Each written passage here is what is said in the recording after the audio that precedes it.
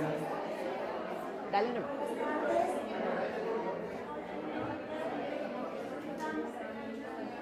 Hay que saber. Buenas tardes, amigas, amigos. Bienvenidos a nuestra casa. Es un privilegio tenerlo aquí entre nosotros. Son días de conmemoración, días de recuerdo y, por qué no decirlo, también días de responsabilidad y de compromiso con los 6 millones de hermanos que perecieron en la Shoah, con nuestros hermanos sobrevivientes y con las futuras generaciones, para que nuestros actos, enmarcados en los valores judíos y en nuestra moral judía, puedan responder a la pregunta que Elisha, el hijo de Eli Wiesel, hizo hace 2 días atrás: ¿y tú de qué eres testigo tú? Los voy a dejar con y muchas gracias. Bienvenidos.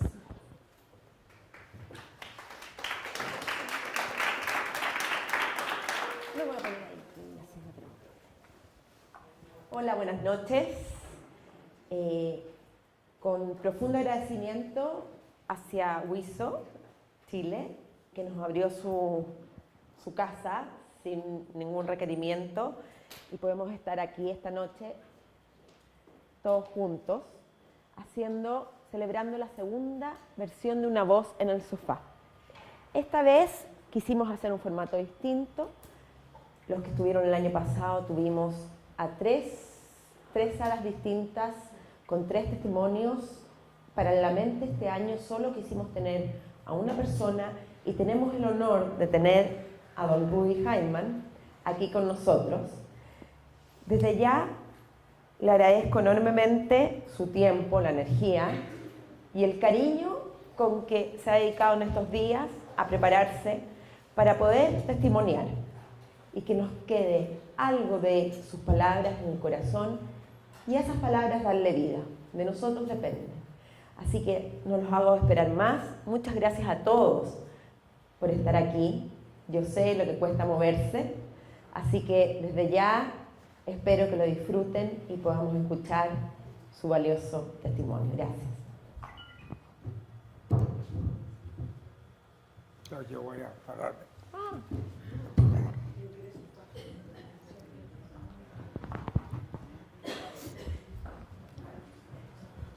Voy a hablar de pie mientras que me dé la fuerza. Buenas tardes. Hoy conmemoramos otro aniversario de la Shoah, que ese desastre que nos ocurrió hace casi 80 años. Y ese tiene una dimensión tan absurda que ningún ser humano real puede captarlo en su verdadera dimensión. 6 millones de muertos. Y estos 6 millones de muertos no pueden hablar, no tienen voz. Entonces, los pocos sobrevivientes, los que tuvieron la suerte de salvarse,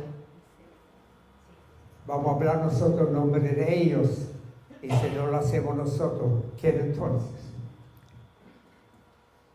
Para poder aportar algo de esa dimensión que conocemos, uno no puede participar.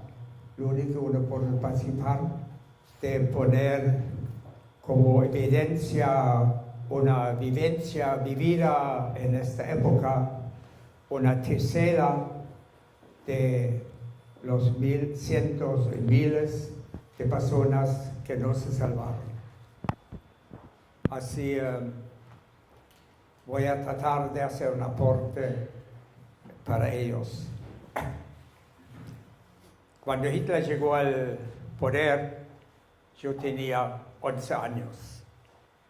Era alumno de un colegio estatal en Berlín y una de las primeras acciones que hizo el nazismo era engrupir y concientizar a la juventud alemana para que les sirvan 7 años más tarde como soldados para la guerra que iba a iniciar. Dentro del programa del nazismo también había el antisemitismo violento. Y nosotros, como todos los judíos, y nosotros como niños o jóvenes en el colegio, lo sufrimos. Esta concientización que hicieron los alemanes a la juventud, lo hicieron de forma muy efectiva, muy inteligente, en forma de seminarios, campamentos, fogatas los fines de semana, y los efectos no se hicieron esperar. Así lo que eran durante años nuestros compañeros, nosotros éramos un curso de 28 alumnos y 4 judíos entre ellos, inmediatamente empezamos a sufrir los efectos. El primer paso era la aislación social, en el sentido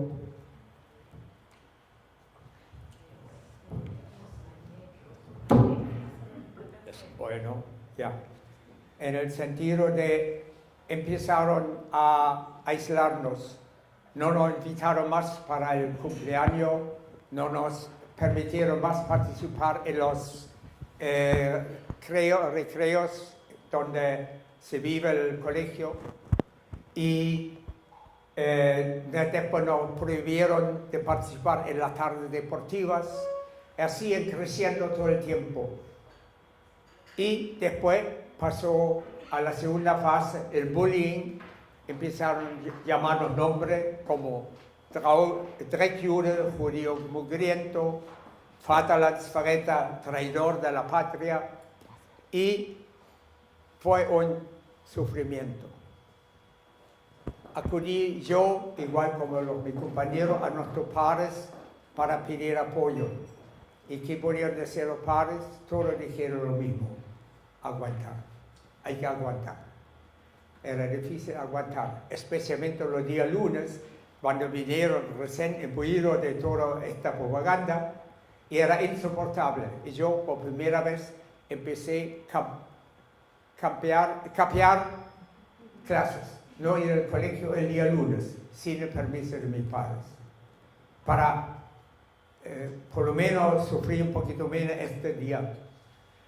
Así siguió, y tuvo un fin inmediato. Esto fue a los 15 años, cuando fuimos todos expulsados del colegio de los judíos, porque no un joven judío puede seguir estudiando más allá del octavo básico.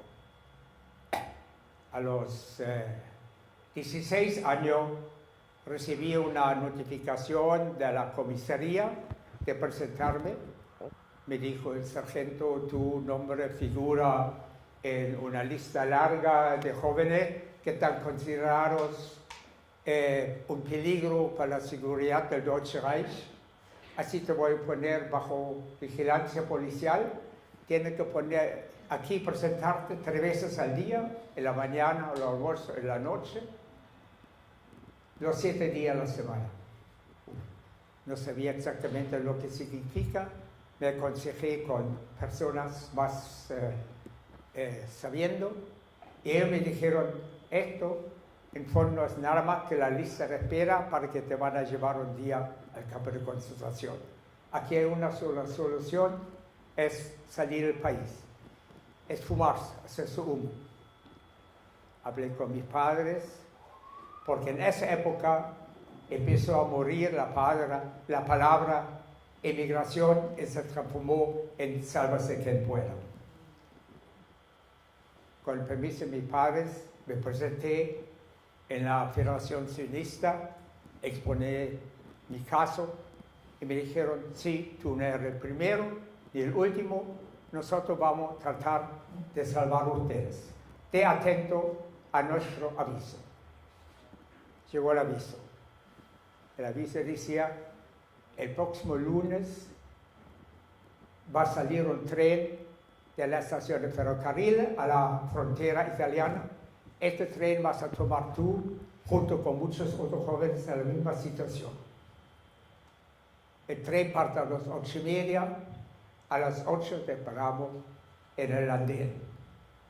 Prevenido de una mochila de excursionista, cross country, y nada más. El resto de la logística lo encargamos nosotros. Y así llegó el día lunes. Este día lunes, en la mañana, fueron uno de mis tíos, mi primo, a despedirme.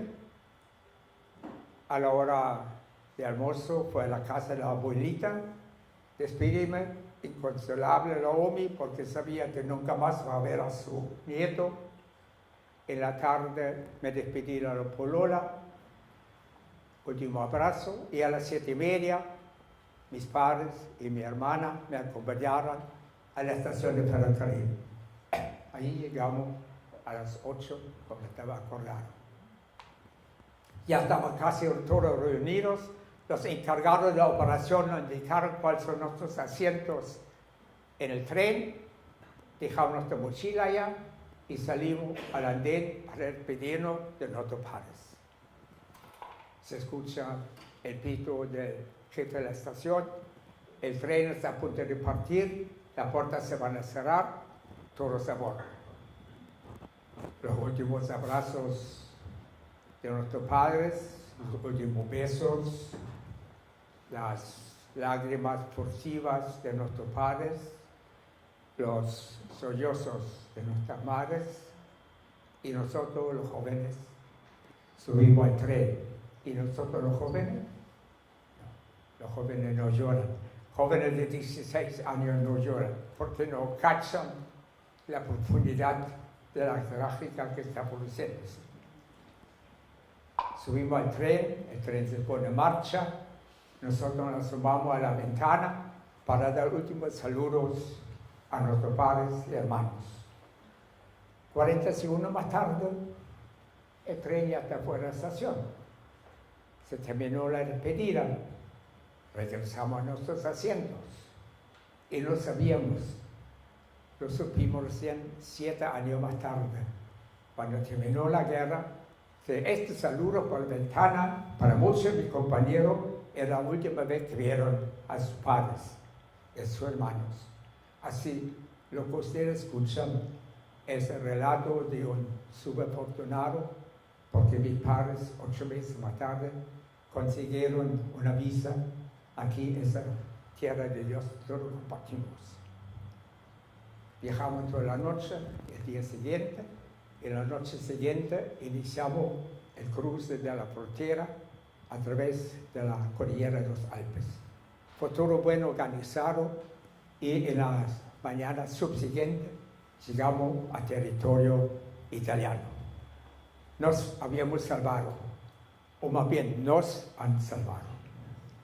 Nos llevaron a un campamento donde ya había 350 jóvenes que habían hecho esta operación antes. Esperamos un par de días, llegaron otros más y nos entregaron a cada uno una tarjeta postal para avisar a los padres que nos hemos salvado. Mandé esa carta con 4 palabras. Gut angekommen, Grüße, Rudi. Llegué bien, saludos, Rudi. ¿Para qué más? Todo esto es lo único que importaba. Todo el resto era palabras de más. Un par de días más tarde llegó un barco para llevarnos como Jalutzim a Palestina. Cuando subimos al barco, y el barco se desprendió del muelle, soltó las amarras, nosotros en la cubierta mirando, ahí nos dimos cuenta, no, digamos, intuitivamente, total éramos jóvenes de 16, 17 años, que aquí termina una época, la época del joven judío perseguido, empieza una nueva, la vida de un jalutz. Después de 5 días, llegamos a Haifa, allá esperaba una caravana de 12 buses para repartirnos a las diferentes partes de Palestina. Eso era 10 años antes de la creación de Israel. En uno de esos buses llegamos hasta el Valle del Jordán. Cuando ya habíamos hecho todo el recorrido para Galilea, quedamos al final 2 buses. El chofer dijo, baja un ratito para estirar el cuerpo, enseguida vamos a terminar el resto del viaje. Bajamos unos pocos minutos, regresamos a los buses, y los buses eran totalmente diferentes de lo que era hace 15 minutos. Se han transformado en carros armados. La parabrisas estaban tapados con planchas de acero, con una ranura. El chofer lucía ahora su pistola en el pecho, su acompañante con su fusil. Había llegado una camioneta con 8 shomrim que los se parapetearon en la parilla del bus con sus fusiles y con su metralleta para defendernos la camioneta, y así empezamos esa pequeña caravana de 3 vehículos, descender a la Galilea los 700 metros hasta el Valle del Jordán. Tuvimos suerte, no había ningún ataque y llegamos después de un viaje de 25 o 30 minutos de forma segura al terreno ya no tan peligroso.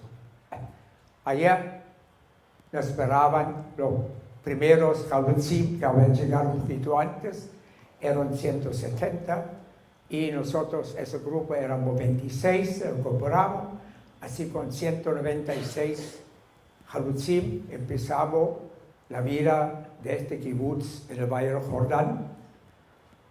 Y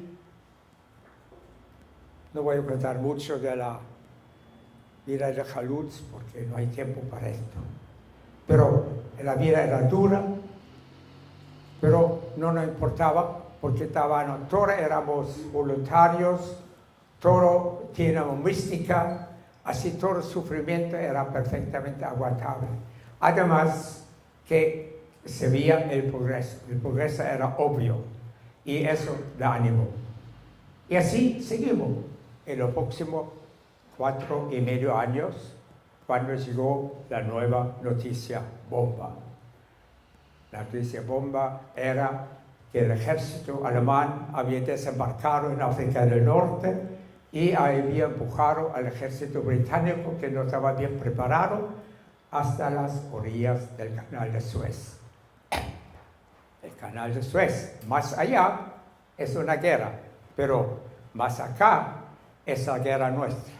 Y si los alemanes eran capaces de matar 6 millones de judíos en Europa, ¿cómo no van a ser capaces de eliminar también a nosotros los 650,000 judíos que éramos en Yishuv en aquel tiempo?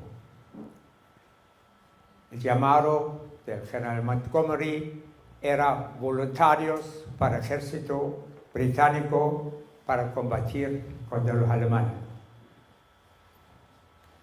Muchos, entre ellos yo, nos sentimos aludidos. Levantamos el brazo y nos incorporamos al ejército británico. Nos dieron uniforme, dieron fusiles, metralletas, nos pusieron sobre camiones y nos llevaron a la orilla del Canal de Suez. Allí nos entrenchamos junto con los soldados británicos para iniciar la lucha contra el ejército británico. Bueno, ahí empieza una historia que es súper conocida, que no voy a repetir. Ganamos la primera gran batalla de El Alamein y de ahí en adelante todo lo demás batalla. Era duro, pero victorioso. Duramos casi 8 meses en vencer al ejército alemán en África. Primero a través de todo Egipto, después la Libia y después Tunisia. Y un mes antes de terminar la guerra en África, tuvimos el primer gran acontecimiento para nosotros, los soldados judíos, pudimos liberar el primer gueto que se había construido en Tunisia, que había hecho el ejército alemán en combinación con la población árabe. Era un gueto, no era un campo de concentración, y nosotros alcanzamos a liberar ese gueto en estos días. El gueto fue liberado como a las 10:30 de la mañana. Yo era comandante de un pequeño pelotón de 30 hombres, un poquito más lejos, y llegué recién al gueto unos 7 horas después.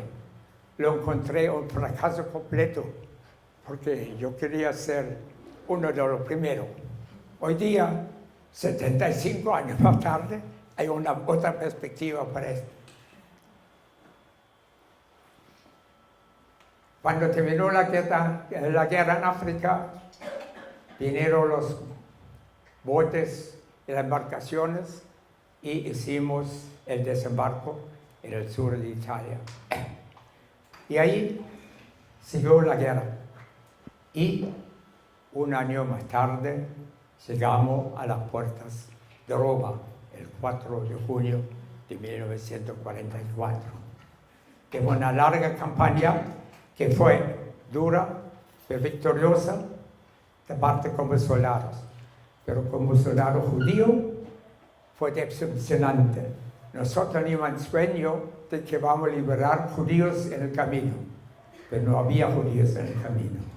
Todos habían sido llevados a los campos de concentración antes de nuestra llegada.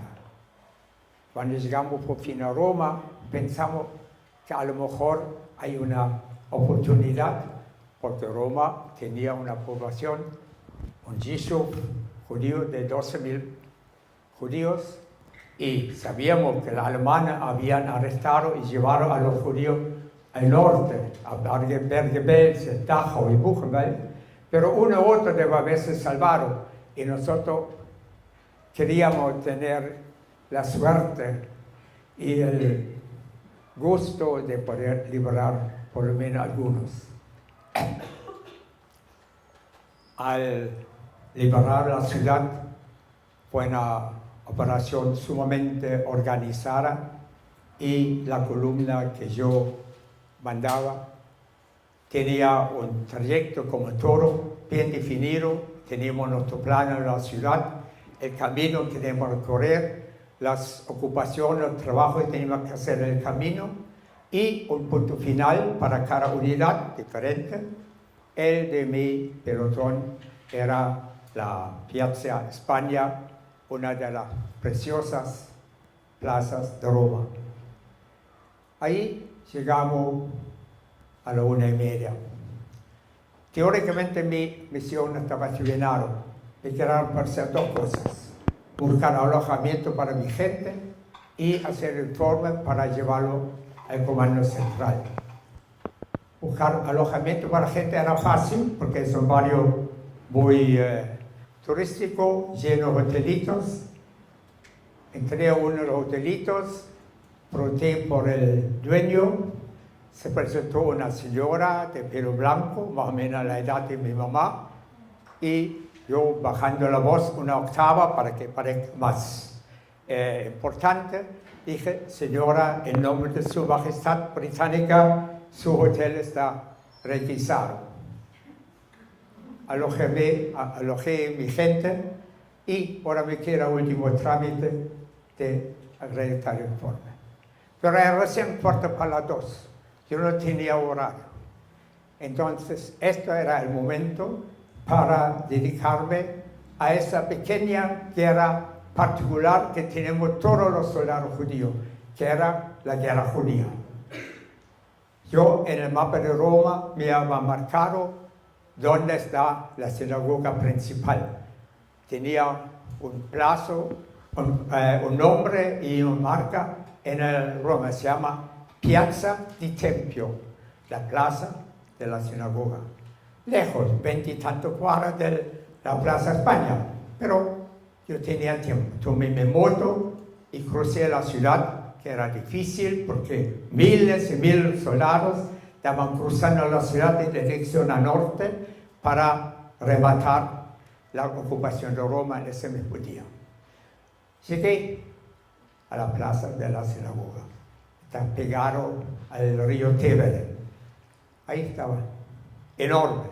Yo nunca he visto una sinagoga tan grande y tan resplendorosa. Tiene una cúpula dorada, parecía en fondo una catedral romana. Lo único que le faltaba era la cruz. Pero estaba allá, sola, silenciosa, clausurada, aislada. Di la vuelta por los 4 lados de la sinagoga y en la fachada principal que mira al río Tevere, ya de lejos vi en el portal principal una mancha blanca. Fue allá leer lo que dice. Ahí está. Fue un cartón blanco con letras grandes y decía lo siguiente. Arriba, en la punta, estaba la calavera con los 2 brazos, huesos cruzados, y debajo, en alemán e italiano, la siguiente leyenda. Lebensgefahr, pericolo de vida. Y debajo, en alemán y en italiano, este edificio ha sido minado. El que abre esta puerta pone en marcha el sistema de explosiones. Aquí no hay más que hacer. Esperé si a lo mejor viene uno u otro judío. No viene ni uno. Era lógico, pero uno tiene sus sueños. Era lógico, todavía las campañas del día no estaban terminadas y los judíos que se pueden esconder recién salieron de su escondite y no se atrevían de presentarse, menos todavía ir 10, 15, 20 cuadras a pie para llegar a la sinagoga, por locomoción no había. Así, este día terminó así, volví a mi regimiento, entregué mi informe. El día siguiente, el 5 de junio, pedí permiso de 2 horas a mi comandante, que me lo dio, y volví a la sinagoga.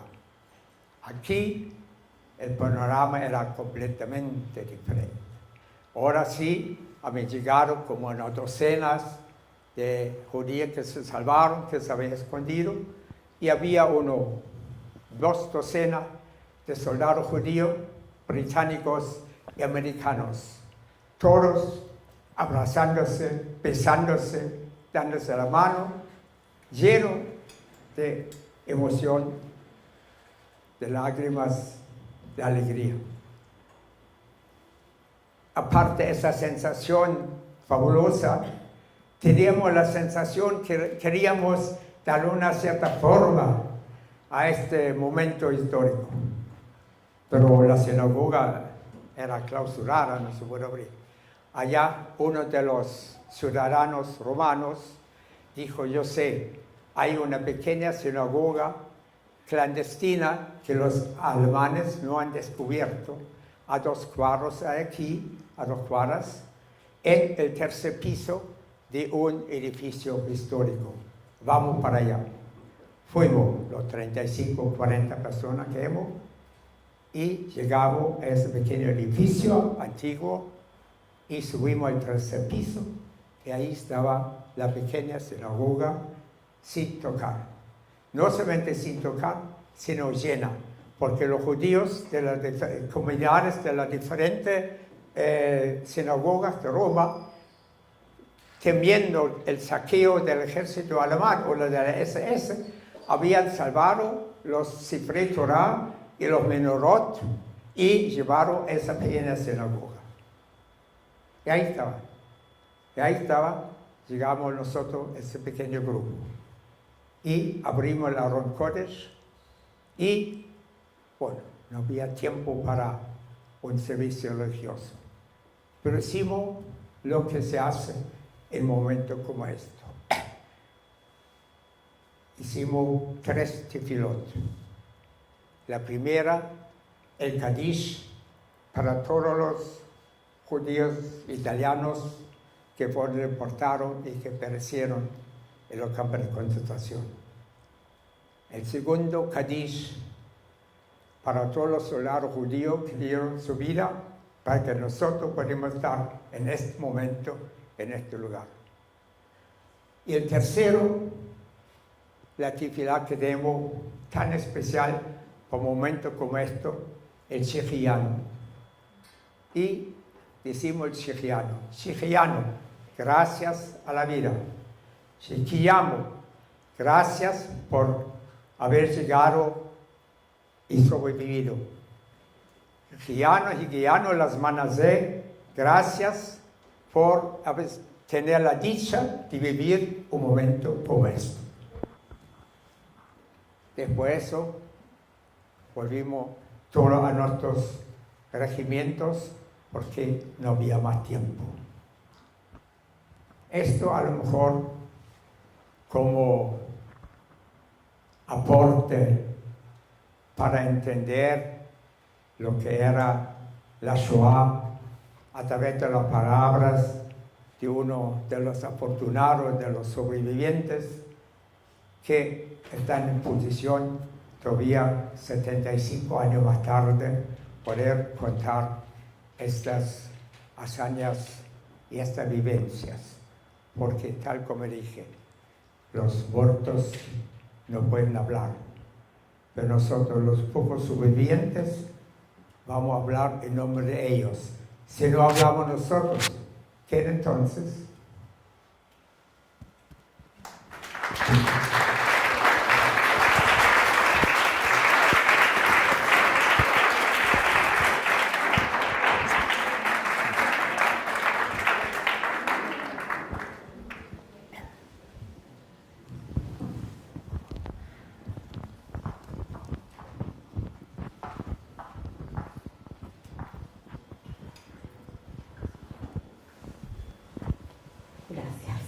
Muchas gracias. Yo creo que todos estamos aquí por lo mismo que tú dices, porque todavía tenemos el honor de escuchar a los que estuvieron ahí, los que sobrevivieron de una u otra forma. Cuando tú relatabas, surgieron varias preguntas. Una de esas es, ¿cuál es el recuerdo más doloroso que se te viene hoy a la mente? Porque tú tienes la historia y la cuentas magistralmente, pero en tu corazón, ¿qué es lo que te dice tu corazón del recuerdo más doloroso?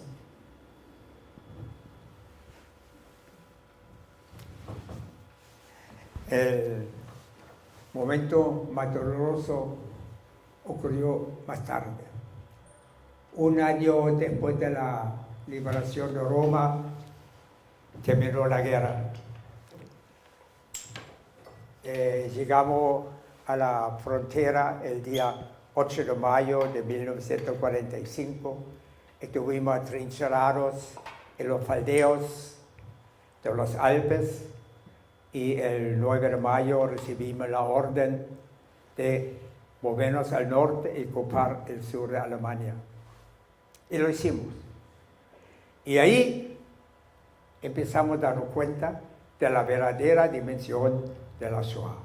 Todo el mundo sabía que era masivo, que era cruel, pero lo que empezamos a conocer, a entender en estos días, pasaba todo lo imaginable, todo lo imaginable. Y cómo nos llegó esta noticia, esta dimensión, a través de 24 listas de sobrevivientes, 22 de los campos de concentración y 2 de aquellos que alcanzaron esconderse y con documentos falsos sobrevivir esta guerra. Y a la medida que pudimos conseguir las listas de sobrevivientes, cada lista lo leímos 3 veces. Una vez afiebraron para buscar los nombres de los nuestros y no lo encontramos. Entonces hicimos una segunda lectura, esta vez lenta y prolija, por si acaso que no había escapado el nombre en la primera lectura veloz. Y tampoco lo encontramos. Entonces quedaba espacio para una tercera lectura. Esta vez era bajando la portería, buscando amigos, vecinos, compañeros del colegio. Y en estas listas, en una de estas, encontré el nombre del tío Federico, hermano del papá. Había buscado los 7 que se habían quedado atrás, pero no sobrevivieron. Vivió el único en forma muy mala, pero sobrevivió el tío Federico. Esto de darse cuenta que pasaron con la familia fue el día peor que tú me preguntaste. Y el más feliz de esa dicha que uno pocas veces vive en la vida. El más feliz, otros 3 años más tarde, cuando pude llegar a Chile a juntarme con mis hermanas, con mis padres, después de una separación de 10 años. Yo quiero decir que hoy día también contamos con la presencia de la hermana de Rudy, la que está acá, que también aparece en nuestro libro. Rudy, con el pasar de los años, como tú dices, pasaron 75 años. Y los estudiantes lo ven esto como algo muy lejano. ¿Qué sientes tú cuando te dicen lo ves algo tan lejano?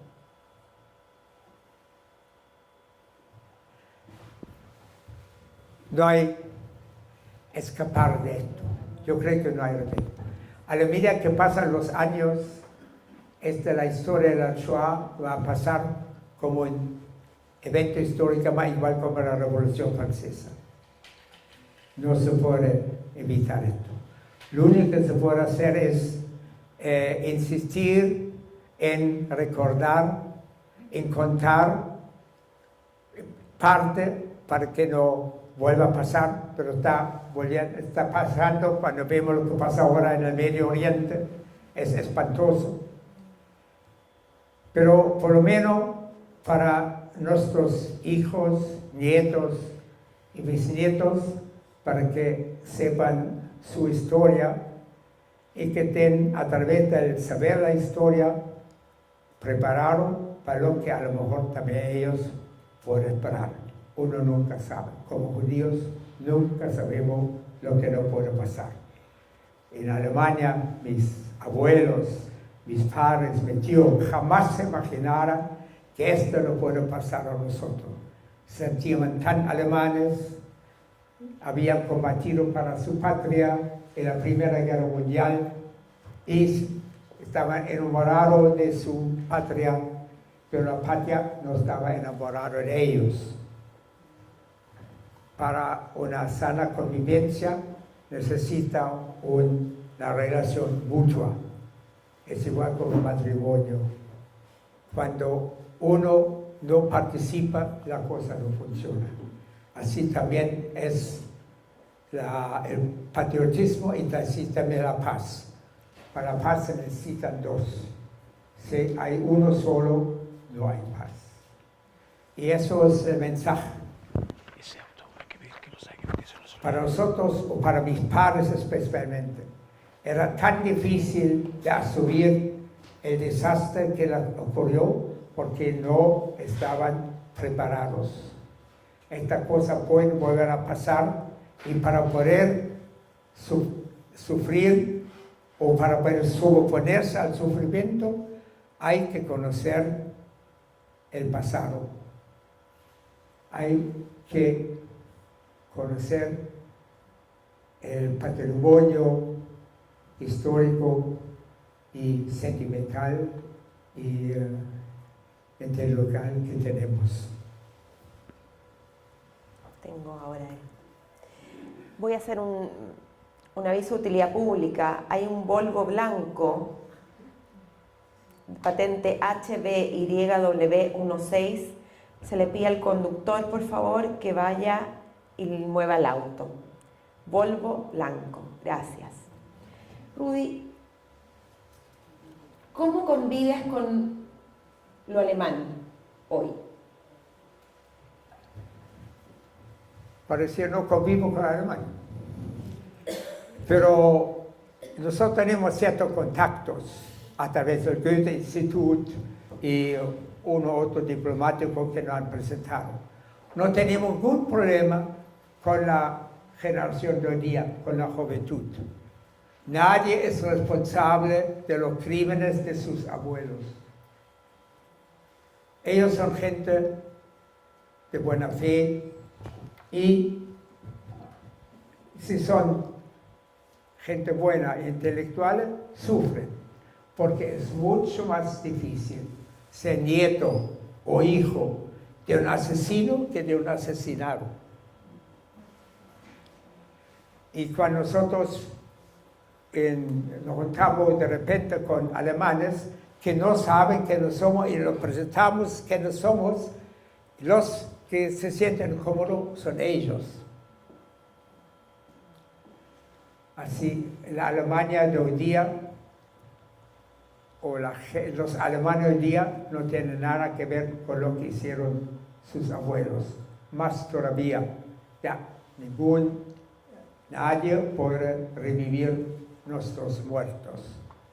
Pero ellas hacen el arrepentimiento correspondiente, mucho más que los otros, mucho más que los polacos. En Polonia, antes de la guerra, había 2,5 millones de judíos. ¿Cuántos judíos había en Polonia? 12,000. Ningún judío ha vuelto a Polonia. Polonia sigue siendo un país sumamente antisemita, a pesar que nunca, nadie jamás ha visto un judío. ¿Por qué? Hay más de una explicación. Una de estas es la Iglesia Católica, que es la más retrógrada en Polonia y en España. Y donde está religión retrógrada, allá hay antisemitismo. Por eso hay tantos antisemitismos sin justificación en Polonia y también en España. No es así en Alemania.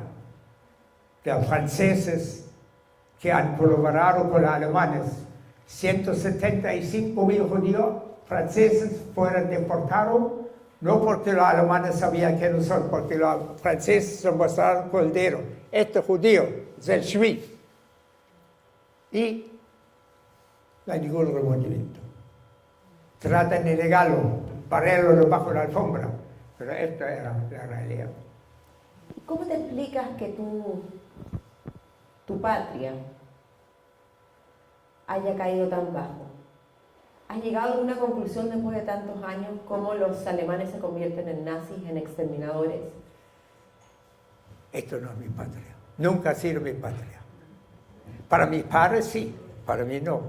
A los 11 años te explican que tú eres un traidor a la patria, automáticamente ya no es tu patria.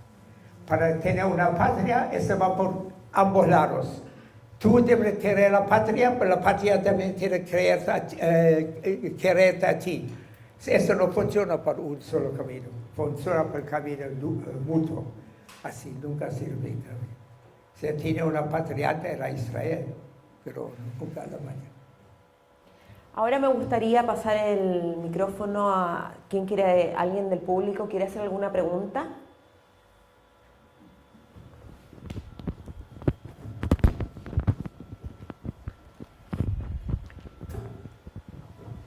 Hola, mi nombre es Daniela Rusowski y a mí este tema me toca muy de cerca porque mis hijas son judías y son alemanas. Yo viví 3 años en Berlín, entonces además más me tocó saber que ustedes de Berlín vivíamos en Charlottenburg, que era un barrio muy judío antes de la guerra y lo sigue siendo ahora. Mi pregunta es, ¿cómo hacer que este tema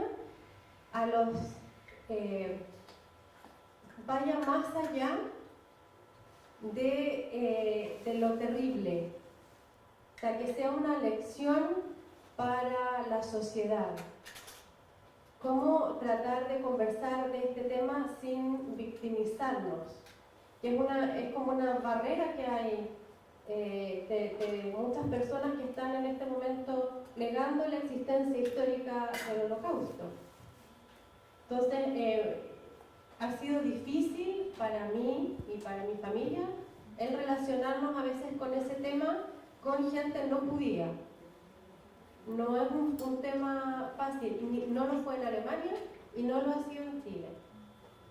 ¿Cómo lo ve usted?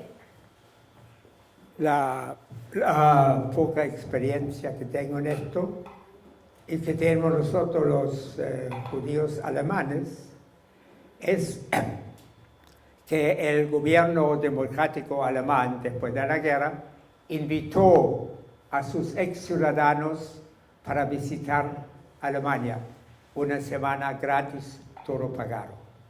Eso fue organizado por las diferentes municipalidades. Así también mi señora, mi hermana y yo fuimos invitados por la Universidad de Berlín. Esto no era simplemente paseo, sino una prueba de reencontrarse y reencantarse.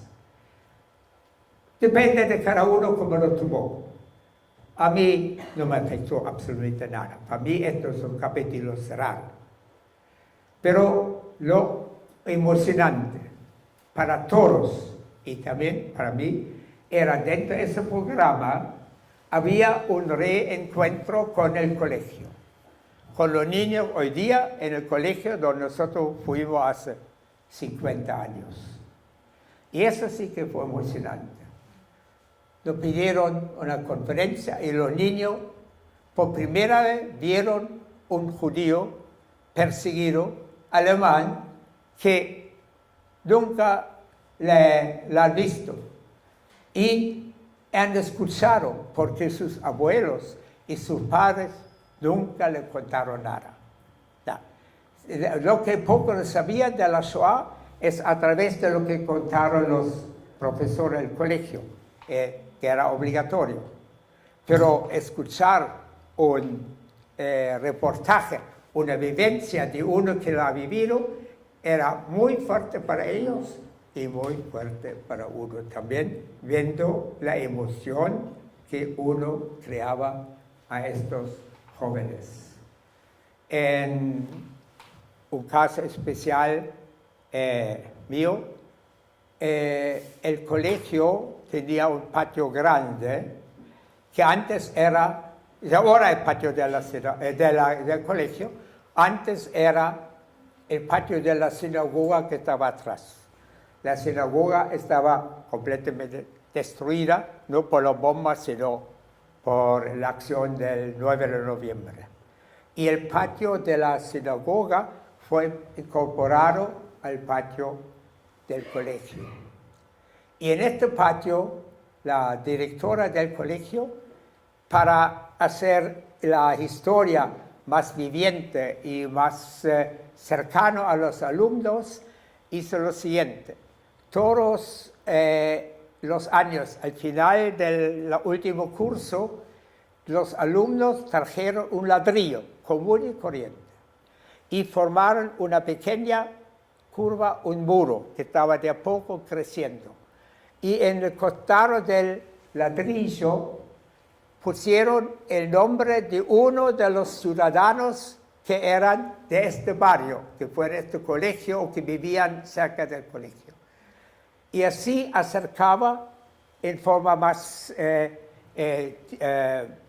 pedagógica, en forma más cercana a los jóvenes para que entiendan mejor, no como en materia histórica, sino como en vivencia de su propio barrio. Eso es lo que viví yo respecto de esto. Por lo demás, a mí Alemania no me interesa, no quiero hacer ningún viaje para allá. Para mí es un capítulo cerrado. ¿Alguien más?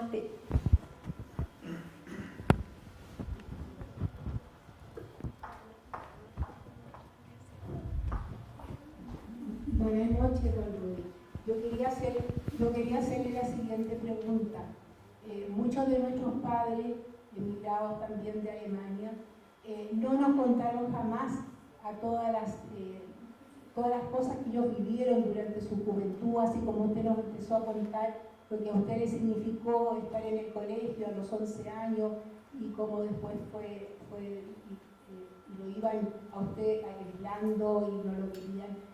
Yo le pediría, si no es muy doloroso para usted, si nos pudiera profundizar con algunas cosas que usted vivió entre los 11 y los 16 años antes de irse de Alemania. No entendí bien la pregunta. Al final, ¿qué? Si nos puede contar algunas experiencias o cómo fue la vida suya, si la puede profundizar desde los 11 años hasta los 16 años. ¿Qué experiencias, cómo fue todas estas leyes que fueron saliendo de los animales, que no podían tener teléfono, todas esas cosas que nosotros nos ignoramos, muchos de nosotros? Te voy a contestar. Lo que yo había contado era la vivencia de un joven de 16 años, o de 11 a 16 años. Pero la vivencia de nuestros padres era muchísimo peor, porque a los 11 años tú todavía no eres una persona formada, estás en formación, ni eres un ciudadano, un patriota formado. A los 11, 12 años tú no sabes exactamente qué es la patria. Así se me llamaron, me le quitaron esto, no fue tan dolorosa como fue por la generación de nuestros padres y abuelos. Ellos sufrieron mucho. Hay un ejemplo. Yo vengo de una familia de profesionales. Mi padre era químico farmacéutico, se le quitaron el título, como a todos los profesionales judíos, y fue reducido de farmacéutica a un vendedor de mostrador. El tío Federico, que era arquitecto, le quitaron el título, fue reducido a dibujante técnico. El otro tío, Fridolin, que era músico, que tocaba la viola en las orquestas estatal, fue expulsado y a nada. ¿Qué es un músico sin orquesta? ¿Ya? Esto es fuerte. Más todavía, se decretó que un judío podía ir a un estadio, que podía ir al cine, que podía ir a un concierto. Era prohibido sentarnos en los bancos de las plazas y de los parques. Y al final terminó con la estrella amarilla. ¿Por qué con la estrella amarilla? Porque en la calle nadie sabía que tú eras judío o no. Vivíamos igual como todos los demás. Así como para sufrir y para esto, nos dieron esta estrella para que sufrimos. Un ejemplo, el tío Federico, el arquitecto, había combatido para su patria en la Primera Guerra Mundial, en el frente ruso.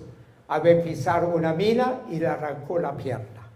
Volvió mutilado, vivió mutilado toda su vida. Pero normalmente hasta la llegada de Hitler, él iba todas las mañanas de su casa, una cuadra, hasta el paradero del bus, y ahí tomaba el bus a su oficina, y por supuesto, inmediatamente le dieron el asiento de los mutilados. Más todavía, los alemanes son muy organizados.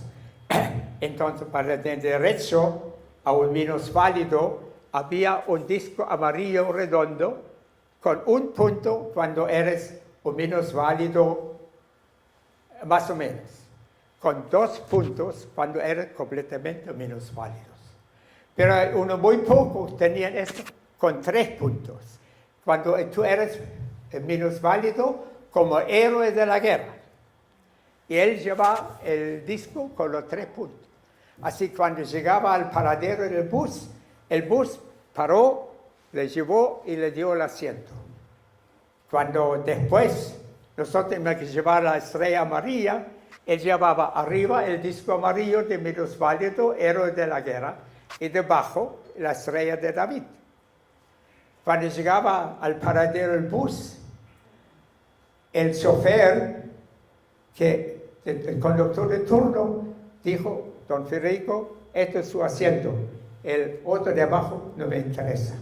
Y cuando llegó el otro conductor, él dijo, no, tú te quedas abajo, en mi bus no entra ningún judío, no importa el disco que tiene para arriba. Ellos sufrieron verdaderamente, porque ellos le quitaron una patria que querían y para la cual se habían vivido y combatido.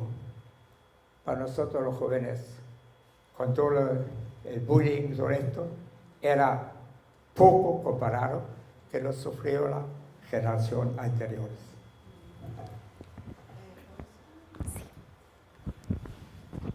Vamos a hacer esta pregunta y otra más para ir cerrando. Sí. Rudy, quería preguntarte si tu familia en Alemania se identificaban como judíos, ¿eran religiosos o eran más alemanes que judíos? Porque entiendo que había una cosa así en el ambiente. Del caso mío, y estoy hablando nada más del caso mío, nosotros apenas éramos judíos. Yo en mi casa, las fiestas judías jamás se veían. Éramos mucho más omisos, estoy hablando de mis padres, mucho más alemanes que judíos. Y esto fue uno de los problemas de uno. Cuando afrontamos, dijeron, tú no eres judío, tú no eres alemán, tú no puedes ser alemán, tú eres judío, apuntándome con el dedo. Yo primero no sabía exactamente qué soy como judío. Tenía que buscar una identidad y la busqué, pero no era tan fácil. Porque ser judío como mis padres no se veían. El judaísmo diluido, completamente fracasado. ¿Cuál era la otra alternativa? El judío religioso, con los peyes, con todo esto. No, esto no para mí. Entonces, ¿dónde buscar un judaísmo con el cual uno pueda identificarse, vibrar? El sionismo, la Halutzut. Y por suerte lo encontré allá. Esta es la última pregunta. Rudy, quería preguntarle si pudiera darnos alguna sugerencia cómo prevenir una situación de esta magnitud para poder decir siempre nunca jamás. Si hay alguna fórmula preventiva, alguna idea que surja de usted al respecto. Yo tenía la esperanza, igual como tú, de que esto va a servir para nunca jamás. Veo lo que está pasando en el mundo, una guerra detrás de la otra, una crueldad detrás de la otra. Lo que está pasando en Siria, lo que está pasando en Somalia, en Eritrea, en Yugoslavia, terrible. Así, nosotros vamos a soñar y conversar, y justamente eso, como para tratar de impedirlo hasta donde uno pueda nomás. Pero hablando de aquí, voy a contar la última, pero esta está buena ya que están. Un año después de llegar a Chile, yo he dado varias conferencias en colegios no judíos que me han invitado para hablar sobre esto. Y en más de uno me preguntaron, después de qué mensaje puedes tú dar a nuestros alumnos. Y le di el siguiente mensaje. Un año después de llegar a Chile, mis nuevos amigos me llevaron, o querían llevarme al desfile militar del 19 de septiembre. Yo no quería ir, tengo todo el militar hasta la tusa. Pero no quería esa aguafiesta, y al final fui. Cuando llegamos, no había dónde ver alguna cosa de la parada. Pero uno de los jóvenes dijo, sí, podemos verlo, porque cuando termina el desfile, marcha de vuelta a la escuela militar allá en Blanco Encalada, donde estaba en aquel tiempo. Nos paramos allá y vamos a verlo. Y en realidad así era. Para allá y lo vimos a 12 metros. Y allá el desfile fue encabezado por un pequeño camión. Y sobre ese pequeño camión había unos 10 super veteranos, más allá de los 90 años, vestidos con un uniforme que parecía de la Revolución Francesa. Y yo pregunté, ¿y quiénes son? Ah, me dijeron, estos son los últimos 10 sobrevivientes de la Guerra del Pacífico.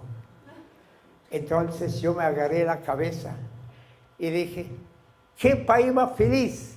Donde entre 11 millones que éramos en aquel tiempo, hay 10 pelagatos que han visto la guerra. Fabuloso. Esto no hay ni 10 países en el mundo por poder contar eso. Hoy día estamos 70 años después, 135 años sin guerra. Es una joya. Hay que cuidarla, hay que cultivarla para que esto siga siendo un aporte para el país.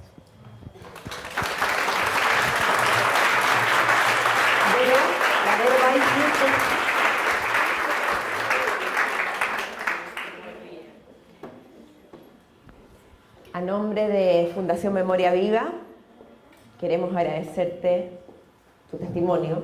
Y aquí, Vero, que es parte de nuestro directorio, te va a entregar un pequeño presente. Muy bien, muchas gracias. Para endulzar la vida. Gracias.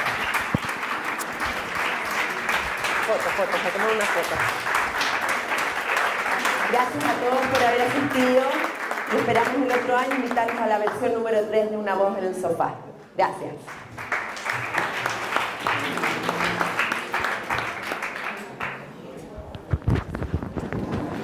Sácame una foto para que se apague el micrófono.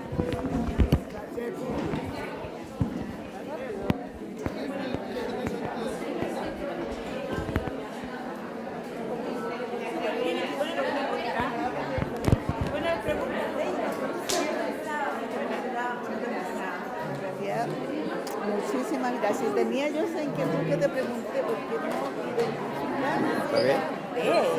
Esto es un tremendo... Ya.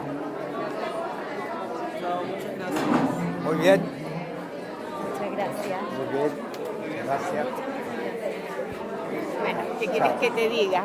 Una vez más, querido. Ya. ¿Ah? Saluda a todos los... A todos los que puedan. Sí. Ya.